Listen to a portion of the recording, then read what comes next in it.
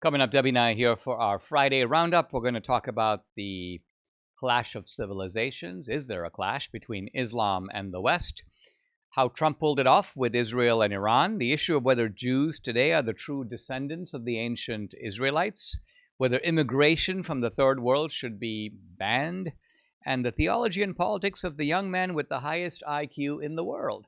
Hey, if you're watching on YouTube, X, or Rumble, listening on Apple or Spotify, please subscribe to my channel. Hit the subscribe, the follow, the notifications button. It'll help to boost me, especially on YouTube, where I think I'm being squelched.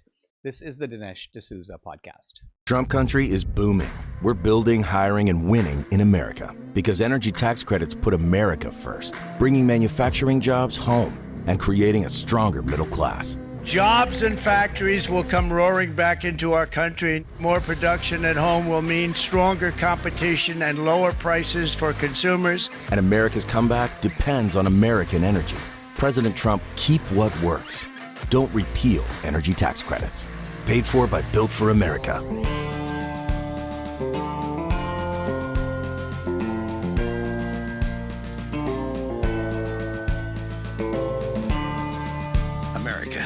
This voice. The times are crazy.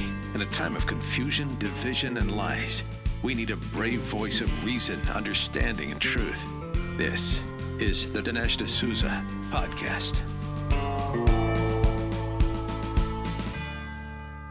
Debbie and I are looking forward to, well, we've got a pretty wide menu for today's roundup just because there's so much going on.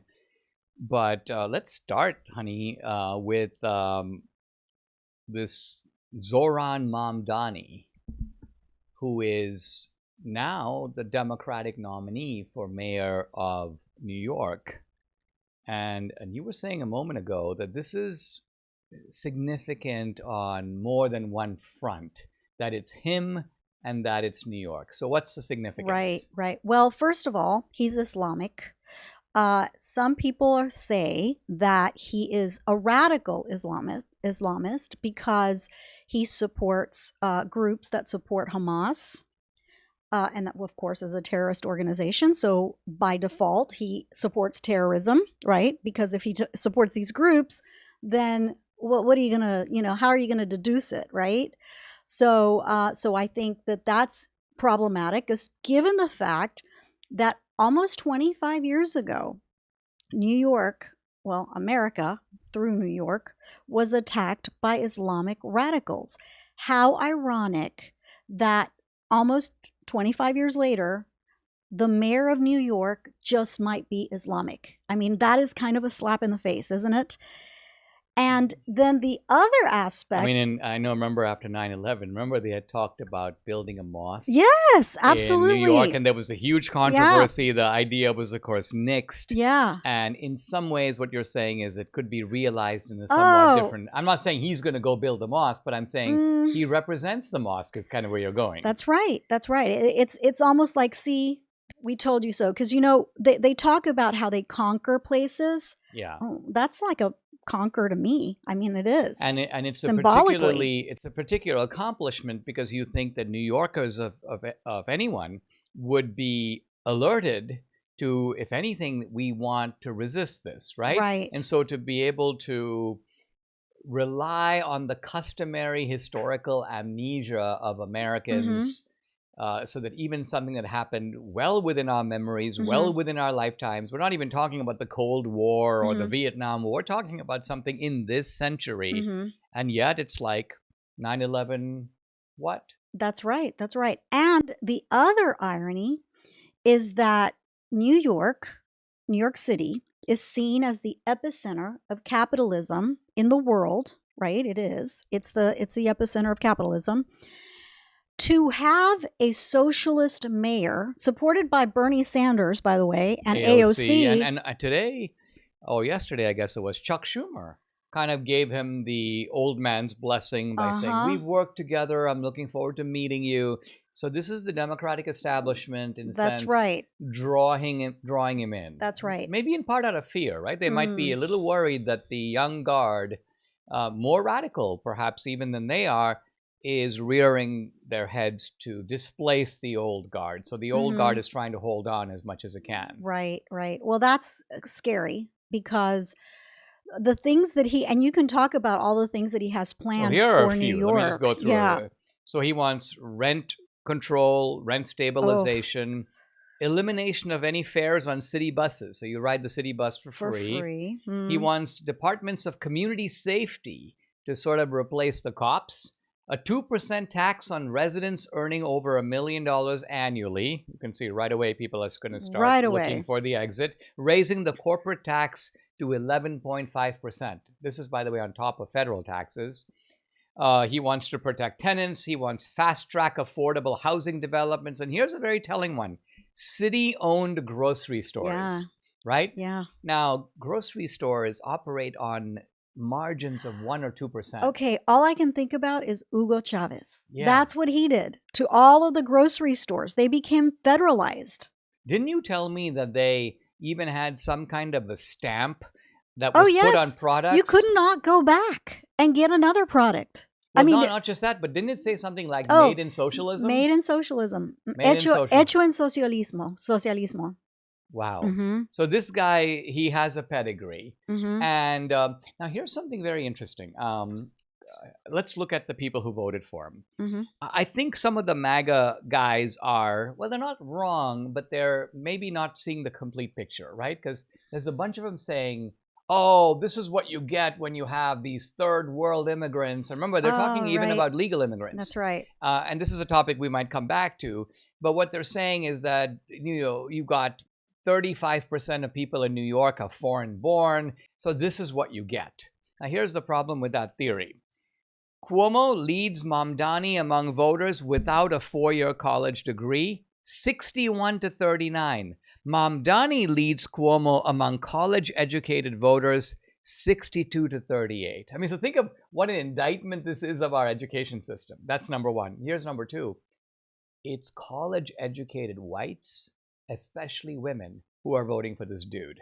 So, in fact, among working class communities, white or Hispanic or black, there's much greater skepticism about him. So, if New York were all white, this guy would win by an even bigger margin. Yeah. Now, let's be fair, though. I mean, we are talking about white Democrats. We're not talking about white Republicans. Yeah, but aren't they the majority in New York?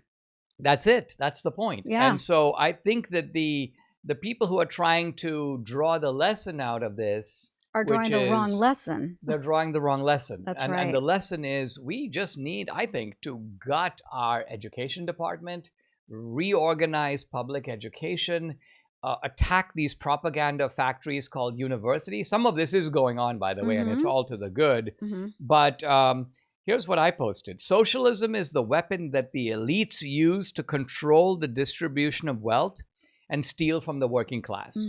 And this is what they are, quote, educated to do. So when you say that they're educated in this larceny. They see it as a moral thing, I think. Well, what it is, I think it's moral cover. In other words, when you're a thief, it's really nice if you can portray yourself as a champion of social justice. I'm not stealing from you for my own benefit. I'm stealing from you for your benefit. But don't you think, though, that there are some people that truly believe that they're doing it for the good? Yeah, these are the people by and large who are the sheep. Yeah, they're the people who get propaganda. They've been brainwashed. I mean, think about some well-meaning student, who's sitting in class. The professor is far more diabolical and cunning. The professor is protecting his or her interests as a member of the elite. An elite, by the way, that is seeing some of its power being eroded. But the student thinks, oh no, my professor is so wise, they're so smart, they know so much, they've read so much, they're just telling me the way it is. No, they're not. That's right. They're protecting their own privileges. That's right. No, it is extremely scary. I mean, New York, if he becomes mayor, New York will be completely changed, transformed. And not for the good. I mean, New York has been going downhill since the days of Giuliani and even Bloomberg, who did a very good job as mayor. And since then, I mean, it was de Blasio. So it's New Yorkers, in a way, they've seen it both ways. They've seen New York with high crime. the 70s. Yeah, but don't they see that when New York has been with low crime, it's with a Republican mayor? Don't they understand that? This is the part that we really do need to think about, because look, you've got a very left-wing mayor in Boston, Michelle Wu. You have Chicago. They got rid of one horrible mayor, and they got another one that's, if anything, even worse. From the frying pan to the fire. Right. Yeah. Look at Los Angeles. Look at New York. So there's a pattern here where it looks like, the pigs, if you will, like to live in slop. I mean, how else can you put it, right? That's because the only way. They experience it. Mm-hmm. And not only that, New York had a chance to vote for Lee Zeldin. That's right. They had a chance to go a different route. Mm-hmm. They want to go down this route. And so to some degree, I suppose at some point, you just have to sit back and say, all right, well, enjoy it. You get what you vote for. Exactly. Yeah. You want to live this way.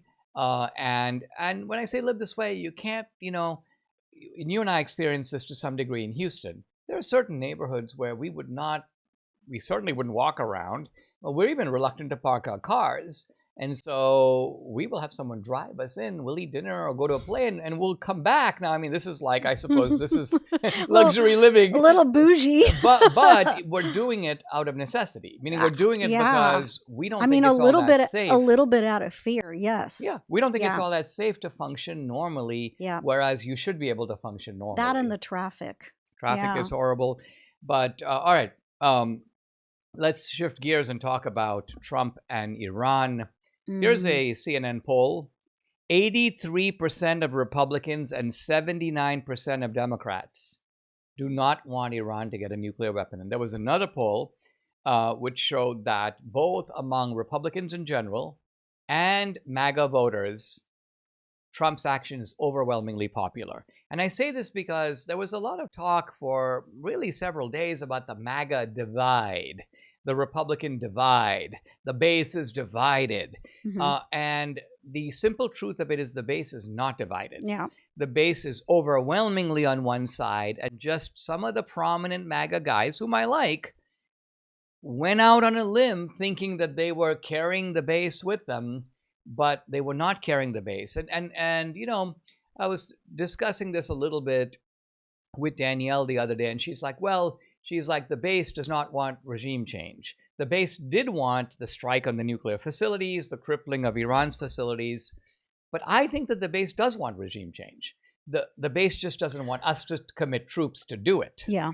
But wanting regime change and sending troops are two different things. Well, I was just looking because this morning, remember I told you that what is the organization, the Atomic Energy Commission? Yeah.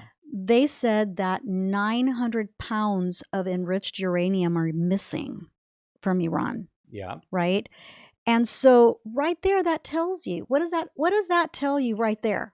All the stuff really, I mean, not only that, of course, I know what it tells me. It tells me that they were racing their way to get a bomb. Even when CNN says things like, reports are showing that Iran's nuclear facilities were damaged, but they were not decimated.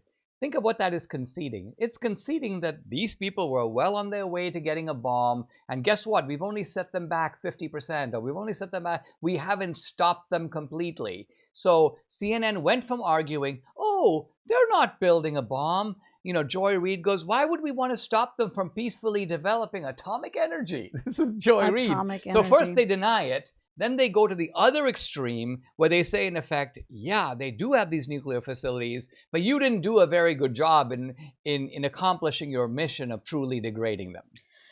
Yeah, I mean, that is craziness to me. And really, I just don't trust the Iranian government. I don't trust those guys.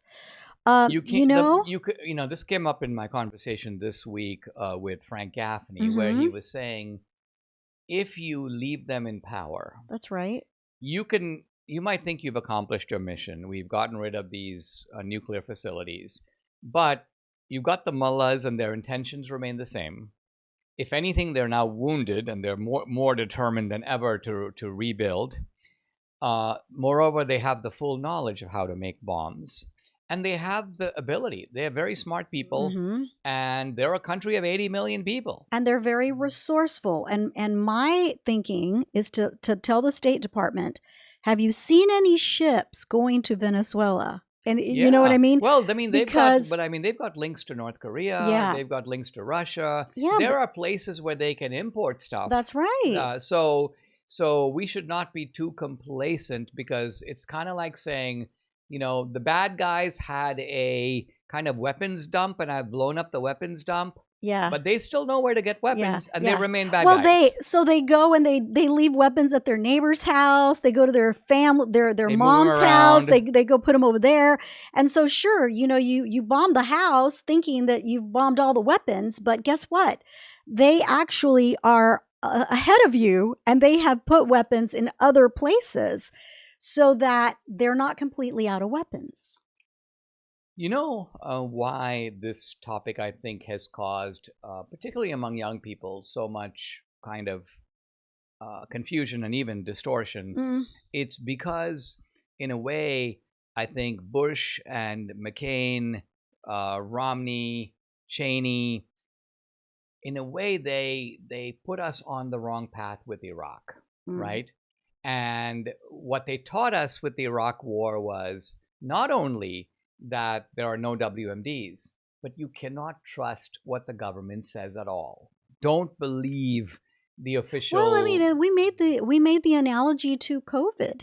Excellent analogy. When we have a virus that will literally kill 90% of the population, nobody's going to take it seriously. You're saying, imagine there was a highly contagious type of Ebola, where yes. you get massive sores all over your body, like the bubonic plague Yeah, of the 14th or like century. Ebola. I mean, Or like Ebola itself, which was Yeah. also highly contagious. Then people will say, you lied to us before. yeah, I'm not believing you now. And then what happens? They won't get vaccinated. They won't seclude themselves. I mean, They won't take reasonable steps. yeah. And they probably won't trust. I mean, this is part of what happens when you sell a vaccine on Look, false. the medical community. They won't trust the medical community. Yeah, or the pharmacist or anyone else. We are just days away from what has been dubbed the Rio Reset, what may be the greatest threat to the U.S. dollar's global dominance in over 80 years. On July 6th, the BRICS nations, Russia, China, India, Iran, many more, are expected to unveil their plans to circumvent the U.S. dollar, possibly cratering its value. They've already been laying the groundwork as their central banks have been methodically divesting from the U.S. dollar and U.S. bonds in favor of gold. Now, how can you protect your savings, your IRA, your 401k from the potential fallout from this meeting? Well, you can diversify with gold from Birch Gold Group. Historically, gold can be a safe haven in times of high uncertainty, and hey, that's right about now. Get a free information kit on tax-sheltered gold IRAs. There's no obligation here, just information by texting the word Dinesh to 989898. July 6 marks a major meeting among nations that control 1/3 of the world's GDP. Arm yourself, like Debbie and I have, with information to diversify and protect your retirement savings. Text Dinesh to the number 989898. Claim your free information kit from Birch Gold. You know, the easiest way to stay fit and be healthy, it's Juvent Micro Impact Platform. You've heard me talking about it these last few months and how Debbie and I have made it part of our everyday life. But let me tell you why we're sticking with this. It's more than just a pain solution. It's an investment in your future. Juvent is an FDA registered, designed to safely support your bones, your joints, your overall mobility, all in just 10 to 20 minutes a day from the comfort of your home. If you've been around, you've heard me list all kinds of incredible benefits that you'll notice once you start using the Juvent platform, but better balance, improved posture, and reduced inflammation are a few more that I haven't mentioned yet. These are all things you know that are critical as we age. So forget some of these shake plates. This is a smarter, safer technology. It's also a good deal. They're offering a 6-week risk-free trial, financing options, and a $300 discount with code Dinesh at checkout. So go to juvent.com/Dinesh. Give yourself the gift of real, lasting health. Juvent will help you keep up with the people and activities you love most. Once again, go to juvent.com/Dinesh. Let's look at something that Trump posted, because this is so classic Trump. I started to read it to you, but I'm going to read you some of it now. Stupid AOC, one of the dumbest members of Congress, is calling for my impeachment, despite the fact the crooked and corrupt Democrats have done that twice before. The reason for her rantings is all of our victories that the USA has had under the Trump administration. The Democrats they aren't used to winning. They can't stand the concept of our country being successful. And then here's Trump going into his own zone.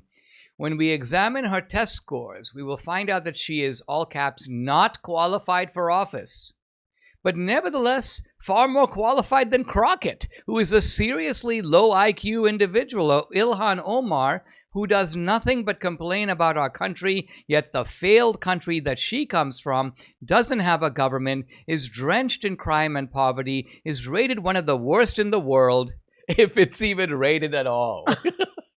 And I'm only about halfway. I know, that's about as far as you read to me. Right, but... and I think what I find here is, you know what I think is interesting about Trump is that he surfs right in between kind of polemic and comedy, right? Or he surfs right in between objective description and like one-liners.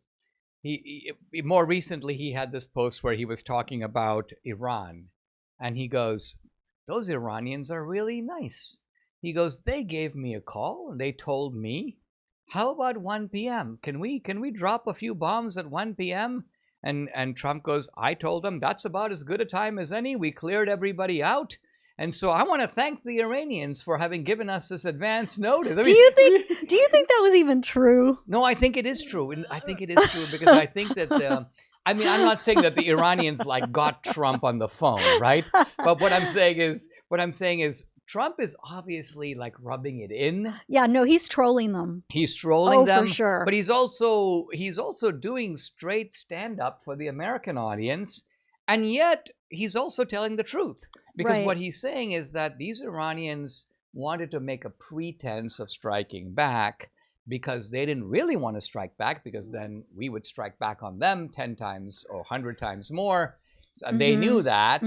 So all of this is being telegraphed in this very whimsical type of Trumpian rhetoric. Gosh, and what it tells me is that we are living through this era with a kind of gifted comedian in the White House, and we won't have this again. No, I love when you say that when God made Trump, he threw away the mold. He threw away the mold. Well, I mean, I've had this sort of deja vu, even with Reagan, when I was sitting back and I was watching the Berlin Wall come down. Now, Reagan by that time was out of office. Yeah, he was. But then I look back at Reagan and I was like, we won't see. But it was his doing. It was his doing.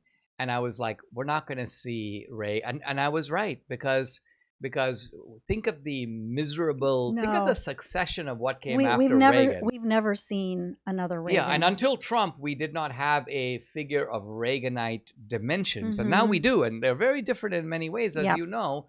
But Trump is also one of these inimitable characters, like they say.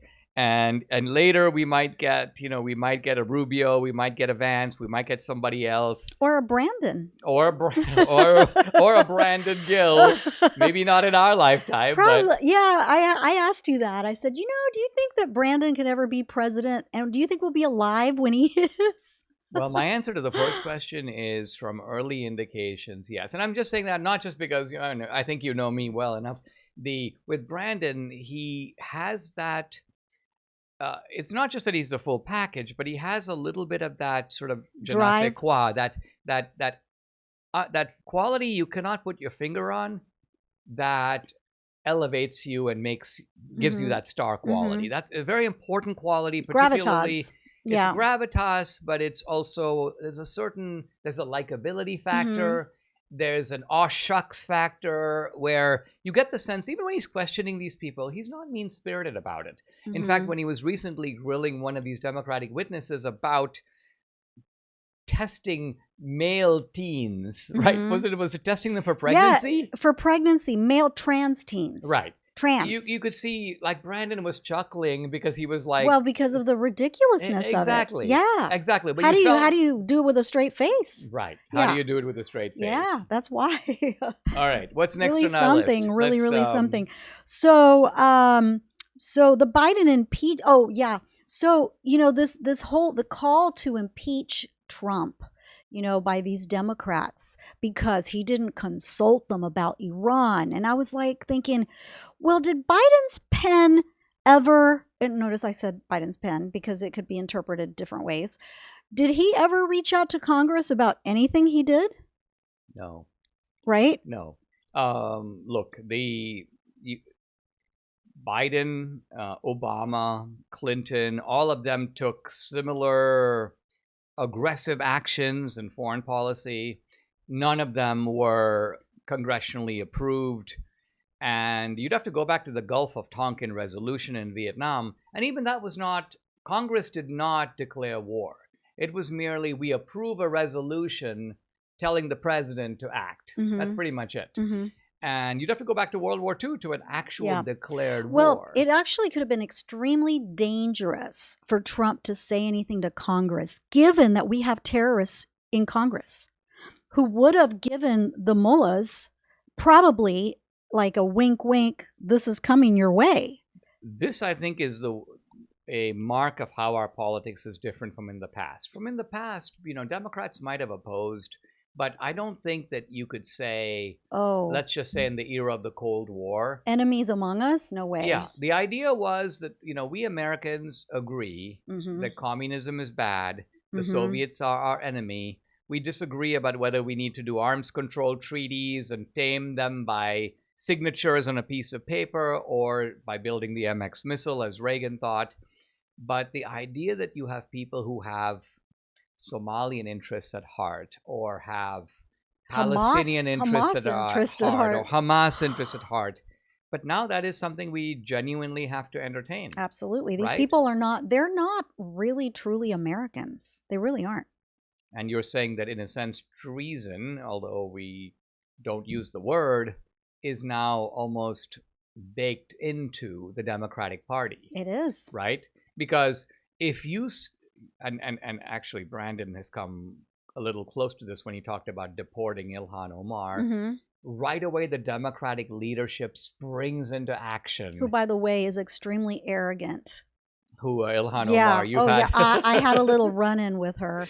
In the halls of Congress. On the elevator. Yeah. And the funny thing is this Ilhan Omar, who, our friend Tahiti, Imam of Peace, calls her sister Ilhan. Oh, yeah. And he says it with a wink because he knows that what they mean by sister is that she has the interests of the Muslim she's got Brotherhood. their backs. Right. She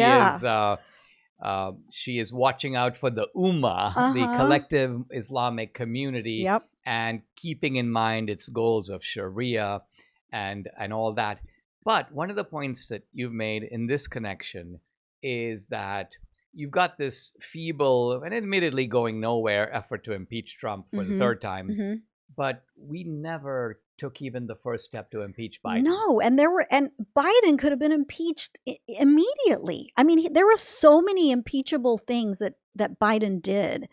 And where were we? In La La Land? I mean, really? Republicans in thinking about impeachment will find all kinds of pretexts not to do it. Like, why do it? Because we don't think we have the votes to get him out of office. Well, first of all, impeachment, and I think this happened with Trump, right? Impeachment was, I'm going to do it because I don't like him. I'm going to do it because I don't like what he did. I'm going to do it because I hate him. Well, and also because the Democrats understand that impeachment is a wound. Yes, right? exactly. And think of it. Trump, we have January 6th. Trump is leaving office on January 20th, right? If this were Republicans, we'd be like, listen, we tried to impeach him once. It's already January 6th. You can just see this, right? This would be John Thune. This would be Mike Johnson. Yeah. Democrats are like, no, we have an opportunity. Here's January 6th. Let's impeach him a second time. we know we're not going to get him out of office, but we're going to try. Even if we can get him out of office one day early, it's worth the effort. I mean, that's how they operate, no, right? that is exactly how they operate. And that is exactly how we don't operate. That is exactly how we do not operate, is quite right. All right.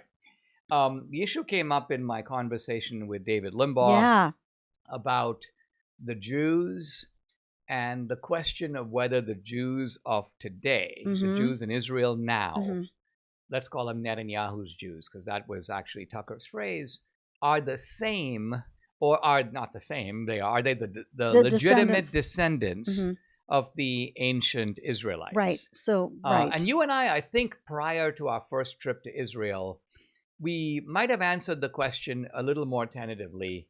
But once we went there, it's like we went, we saw, we understood. And when I say we understood, it's not just we went to Israel, looked around, and we're like, oh yeah, it's the same people.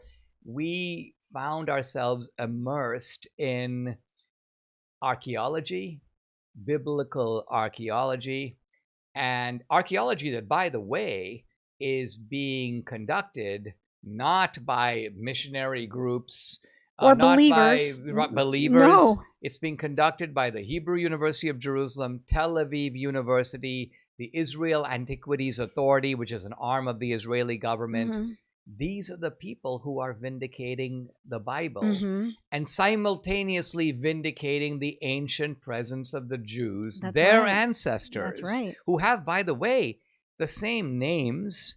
They speak the same language. Of course, there's ancient Hebrew, a little different than modern Hebrew, but that's like saying we speak English a little differently than people who did 50 or 100 years ago. They have the same habits. They keep the same diet. They eat the rituals. same food. They're tribal now, the way they used to be then. And they read the Torah and they go to the temple. The temple, of course, is now just the Wailing Wall. And there's, of course, a mosque up there.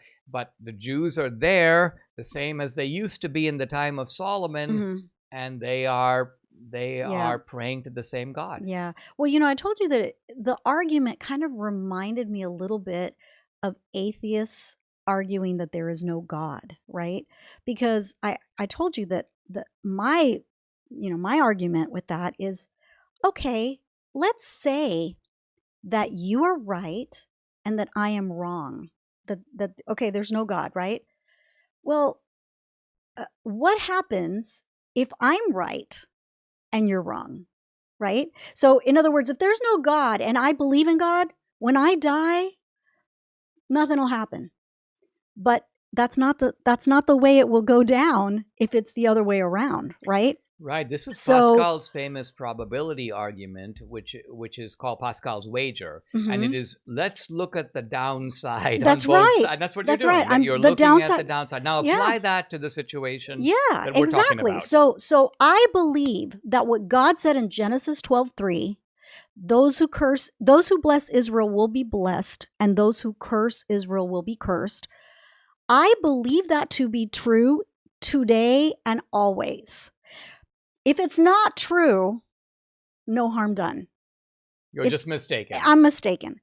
But if it's true, all the people that are saying that it's not true and are mobilizing against Israel, yes, then what? You're saying they will then in fact fall on the cursed side. That's right. And they will face the wrath of God. And you're like, you don't want to take that chance. I don't want to take that chance. Right. You know, now, so this is a very roundabout and I think clever argument where you're saying, look, and David Limbaugh said, he said, you can argue both sides of the question. And you're saying, yeah, we can, but guess what? I'd rather argue the safe side of the question where even if I'm wrong, I'm not going to be putting my soul into jeopardy as a result of that. That's right. That's a very interesting, very original, I think, way to look at it. All right, let's move on.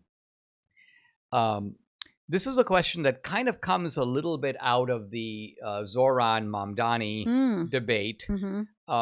It has caused some of the MAGA people to say, but they hold the opinion apart from this guy, but I think he has accelerated it. Stop immigration from the third world. Ban third world immigration. And again, some of it, like I say, comes out of what I think is a bit of a fallacy, namely that that it's all the third world people who are supporting people like Mamdani. It's the third world people who are causing the decline of the West. And my point is that it is true to this extent.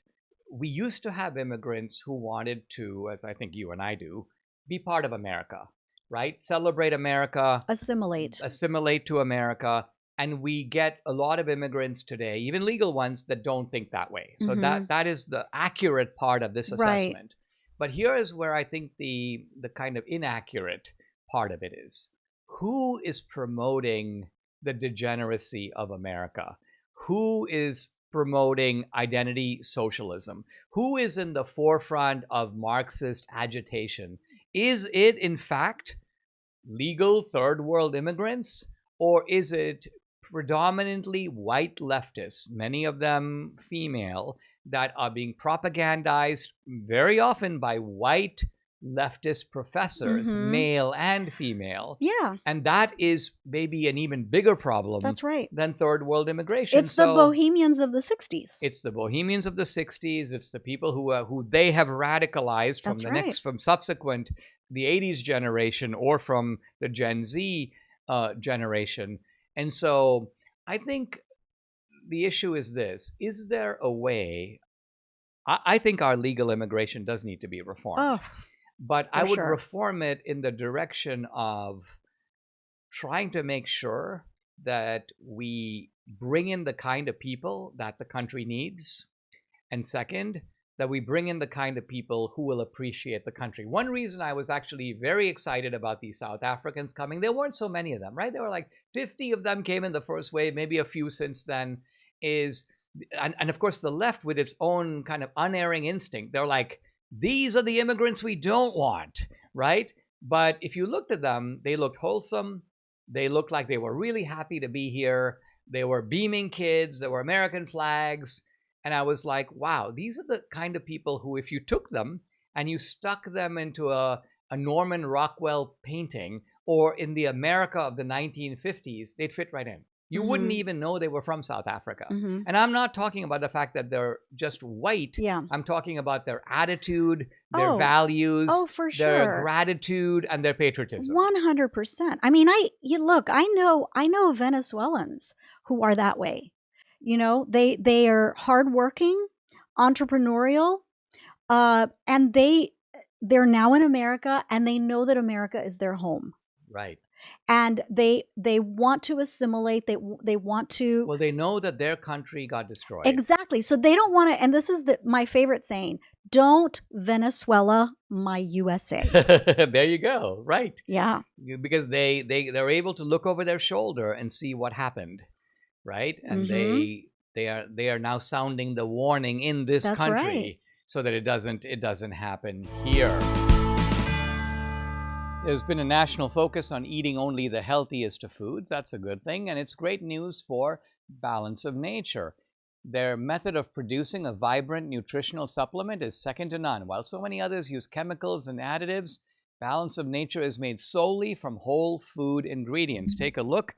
These are fruits and veggies in a capsule, so easy to take. Now, while other methods sacrifice nutritional quality for the sake of profits and volume, Balance of Nature's advanced vacuum cold process involves freeze-drying the fruits and veggies into a fine powder, helping to retain as much nutritional value as possible compared to other inferior methods which cut corners at your expense. Balance of Nature packs a nutritional punch, and that's the whole reason for taking Balance of Nature, getting the most nutrition for the sake of your health. Use my discount code to get 35% off. The code is America, and you also get free shipping and a money-back guarantee. Here's the number to call, 800-246-8751. Again, it's 800-246-8751, or you can go to balanceofnature.com. When you use discount code America, you get 35% off plus free shipping. Our friend Mike Lindell has a passion to help everyone get the best sleep of your life. Now, he didn't stop by just creating the best pillow. He also created the best bed sheets ever. These are the Giza Dream Sheets. They look and feel great, which means an even better night's sleep for me, which is important for my busy schedule. And Mike is now offering the best deal ever on his Giza Dream bed sheets. Any size, any color, just $49.98. That's right. You can get queens, kings, split kings, cal kings. As I said, any size, any color, just $49.98. But order now, because when they're gone, they're gone. Also, for a limited time, when your order is over $100, you get $100 in free digital gifts. Call 800-876-0227. The number again, 800-876-0227. Or go to mypillow.com. Use promo code Dinesh, and you get the amazing offer, $49.98 on the Giza Dream Sheets, any size, any color.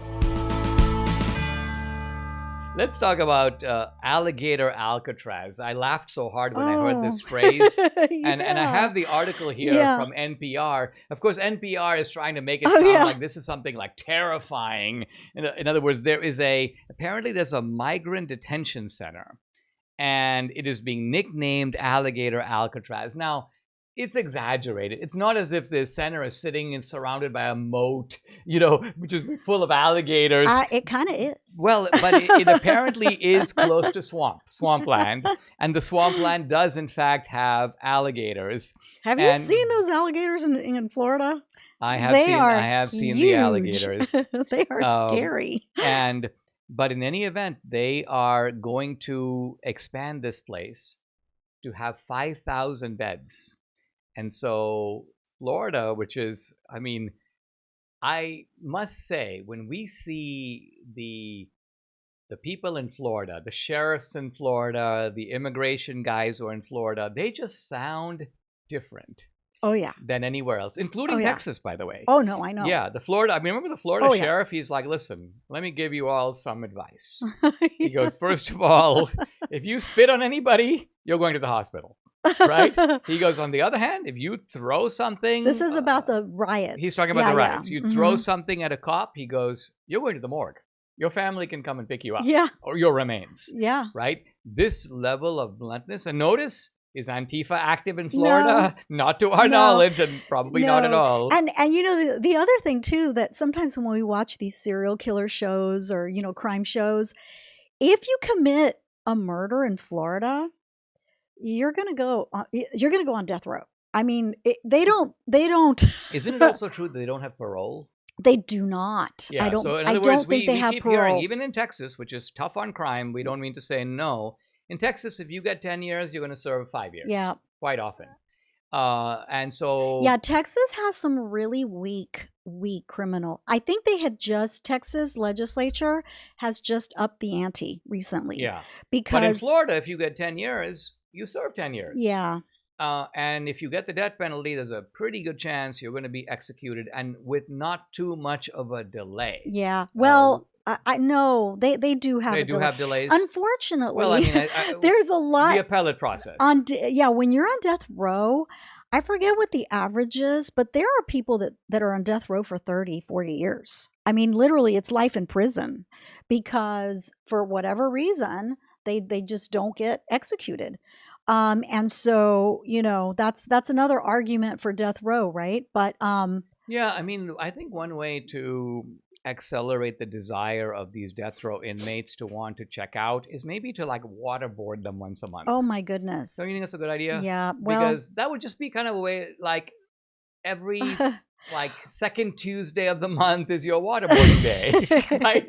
And that's just going to remind you that that life is precarious and yours is going to be coming to an end. Or my favorite is that when you commit a murder, and let's say you go on death row, you're going to die the exact same way that you killed those people in. For example, if the person who I think might be, you know who I'm talking about, who did the four kids, murder in Idaho, for brutal slayings, premeditated stabbings. Well, even though Idaho, I think they have the firing squad. Yeah, I think you told me. Yeah, they might be the only. They might be the only state, but that's too fast. That's the firing just squad, way too fast. Is it's the most humane. Not only that, I think the firing squad is better than the way a lot of people die naturally. I think that he should be stabbed as many times as he stabbed. Right. So you know what you're appealing to here, I think, and An eye for an eye. Not an eye for an yes, it is, but it's the principle of retribution. Yeah. And again, we live in such a soft culture that people treat retribution as something like evil. Like, think of how often people say, well, Trump just wants to get retribution. Retribution is, in fact, a synonym for the word justice, right? Mm-hmm. Even in the most compassionate view of Christianity. Because think about it. God, in a way, took substitutionally retribution on Jesus. Think about that. Think of how harsh that is, right? And the death penalty. Jesus got the death penalty. And for what, right? Right. For so us. So Jesus carried it for someone else. But it's not like God goes, okay, Jesus, you know what? Because you're doing it, it's going to be lighter. Yeah. Because after all, you didn't do anything. No. So I'm going to spare you. No. Full retribution. That's right. Right? God did not flinch. No. And all the other theories. He didn't spare him from suffering either. And all the other theories of punishment are, I think, grossly inadequate. Very often people think punishment is there for deterrence. Well, this is what I say about the Hamas terrorists that went into Israel. Okay, don't just put them in jail, but rather hang them by their private parts until they bleed out. Given what they did, telling me about, and some of it is a little grotesque, but I mean, breaking the hips of women as they rape them. What happened was when they raped these women, the rape was so violent that they broke their pelvises. Right. I mean, think of how horrific that is. And isn't it amazing how, with that being the trigger of this war with Hamas, you have these Western leftists. First of all, they said not a word on October 7th. No. Now they're inconsolable, right? Remember when I went on Piers Morgan with Anna Kasparian, and you were not even in the room, but you could hear her shouting. I could hear her. And she was, shouting not at me, but she was shouting at the Israeli defense spokesman, Jonathan Conricus. But so disingenuous, because she's talking about women and children being murdered. Where was she when Hamas went into Israel and did that to those babies and those grandmothers and those teenage girls? Where was her outrage then? So there's that. And here's the point I made, which I think threw her off, because this is the one time in that show she stopped shouting. And this is the point I made. I said, look, regimes, by their behavior, are responsible for the fate of their own children. Here's what I mean by that. Let's say that we are victims of a home invasion. So that's Hamas, right? They come into our house. They kill, they murder, they cause mayhem. All right. We then, regrouping, go grab shotguns, and we're like, let's go get them, right? We go chase after them, but they flee in a car. And once we stop the car, they jump out of the car with their own 10 kids. Their own family. Right, their own family. And they put all their kids in front of them, and they say basically, don't shoot, because there are women and children right here. By the way, this is their women and children. Are we supposed to say, oh, you're right, you killed our children, but we're not going to shoot because after all, you've cleverly stuck your own. No, you're the one putting your kids in danger. You are the one responsible for those civilian casualties. Right. You, first of all, by your attack in the first place, and the second of all, by your own cowardly unwillingness to come out in the battlefield, and the fact that you're hiding in hospitals, hiding in schools, daycares. You carry that responsibility. To which Anna Kasparian started to sort of blurt out, but had nothing meaningful to say. She doesn't talk about that they're a culture of death. She doesn't talk about that at all. And the reason that these children and women in Gaza are dying is not because the IDF is killing them, but rather, like you say, it's because Hamas is using them as human shields. And so they are the reason that those kids and grandmothers and whatever are dying. And they caused it to begin with. So it's, when I hear liberal women talk about stuff like that, it just makes me really mad, because I'm like, you hypocrite. You're talking about the women and children dying in Gaza as a response to the women and children that died in Israel by the hands of these sadistic monsters. You know something that David Limbaugh said a couple of days ago, and I thought it was very striking, is he said that by and large, bigotry has been delegitimized in our society to such an extent that even people who have, bigoted impulses are going to camouflage them. They're going to make a joke about it, or they're going to, but very few people today will come out openly and say, I'm a racist, right? Blacks as a group are stupid. They're inferior. People don't say those things, right? Why? Because they know that they will be castigated if they do. And maybe they don't even feel that way in the way that, let's say, earlier generations sometimes did. But here's what David Limbaugh's point is. The one bigotry that is completely okay, particularly on the left, but even in some quarters of the right, is to denounce the Jews. If you can say the most vile things about the Jews today, and that taboo, to the degree there was a taboo, and there probably was a taboo for some decades after the Holocaust, but that taboo is largely gone. And so you will hear people say the most shocking things, Jews drinking human blood. I mean, stuff that, this reminds me of what like people in the Klan used to say about like black smell and the kind of open bigotry that you'd hear, or at least we see from the records of the 1920s and 30s. The same rhetoric is now used with Jews, and the people who do it are proud of it. Yeah, but we have a movie coming out that's going to address point this to all this and the reason behind it, which I completely believe. And which David Limbaugh, it's funny because toward the end of the interview, he was like, Dinesh, you might think I'm a kook for kind of going there. Yeah. And then as he began to talk, I'm like, no, actually, not only do I not think that you're a kook, but you are just touching on themes that we are developing in full in our upcoming film. All right, we don't have a lot of time. Let's talk a little bit about this, about the world's smartest man. And by smartest man, I'm talking about the guy who has, look, I mean, 276 is his IQ. He's Korean. His name is Young Hoon Kim. He's a young guy. And it's worth noting that his IQ, which has been validated, by the way, by numerous high IQ societies, the World Memory Championships, the Giga Society, Mensa, he is known as the world's smartest man. Not only that, he has a higher IQ than Einstein. Yeah. Right? And this guy is Christian. He's a Christian. Yeah. And he has a series of posts. Yeah.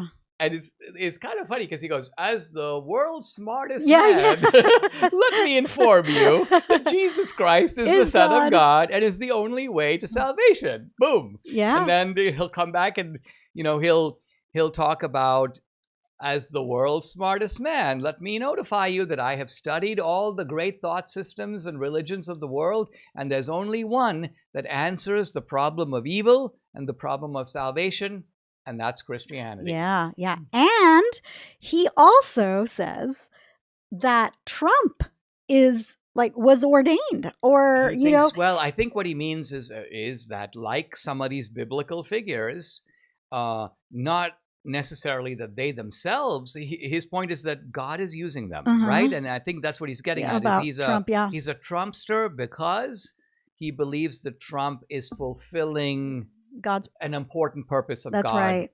Now. That's right. Yeah.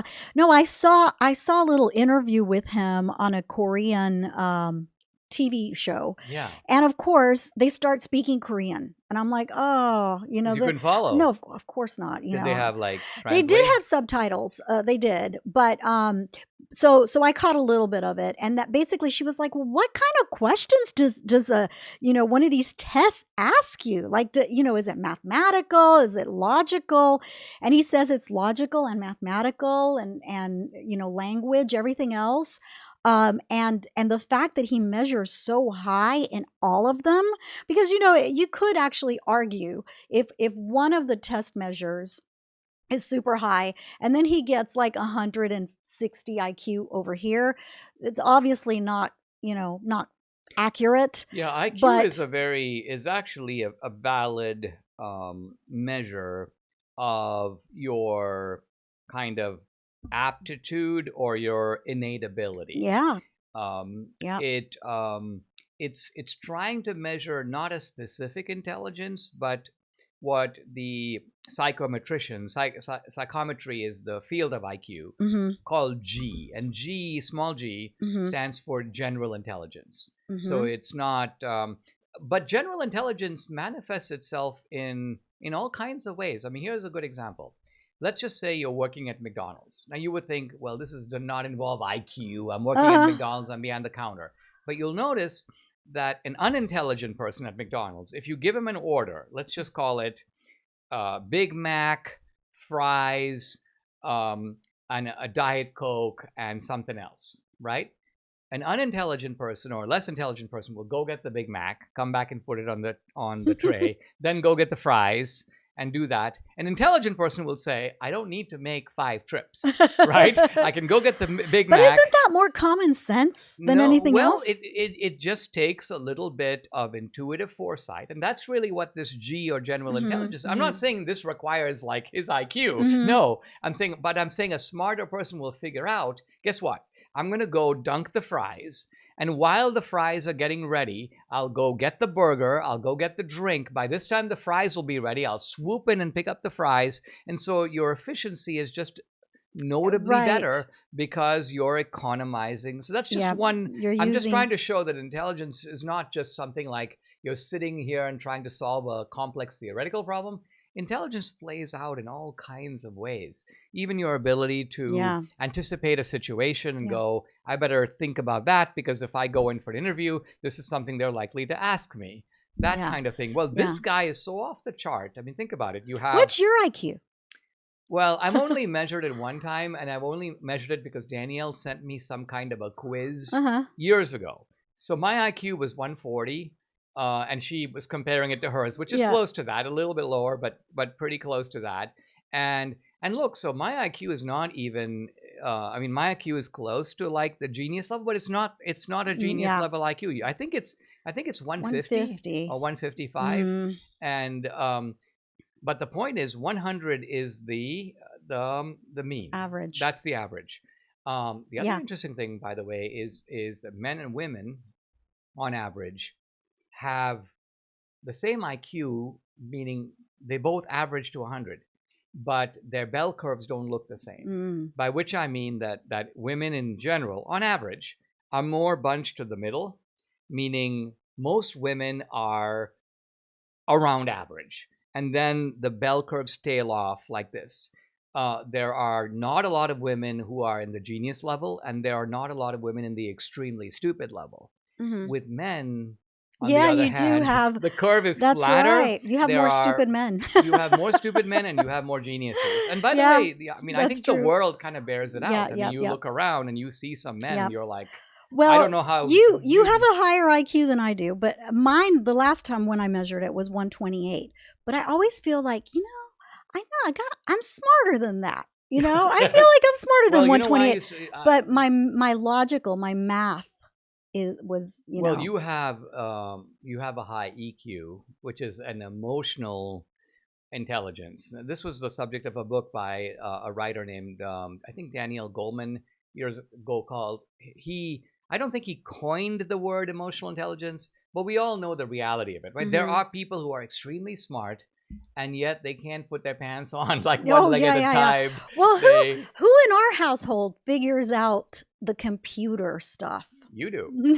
Not only that, but you solve all kinds of problems that, that it's not obvious how to solve them, but you don't like to have them unsolved. So you'll sit down, and whether it's assembling something together, or figuring out why like our Wi-Fi is not working, or even something as simple as the other day you came, you're like, weeds are poking out in our garden, coming in between the new tiles we just got. And so you're like, let me figure out how to deal with these. So you definitely have a versatility, whereas I zoom in to certain things. I try to do. Well, the funny thing that you told me the other day is like, honey, when I'm at the airport with you, I'm not even paying attention to where I'm going, because I know exactly where you're that where you're going, and the airport like the back of your hand and all of that. And I was like, oh no, what do you do when I'm not with you? And you're like, well, then I really pay attention. Then I look to see where the gate is.